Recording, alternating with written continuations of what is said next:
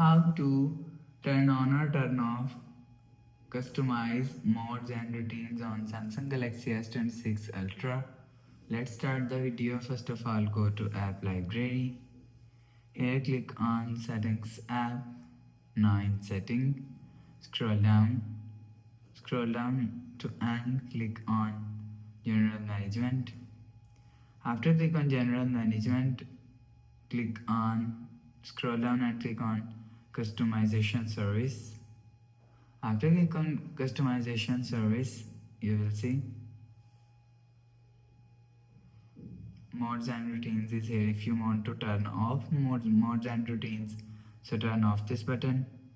After turn off this button, you will see modes and routines is turn off. If you want to turn on modes and routines, so turn on this button. After turn on this button, you will see modes and routines is turn on. You will turn on or turn off modes and routines from here. After the process, go back to home screen.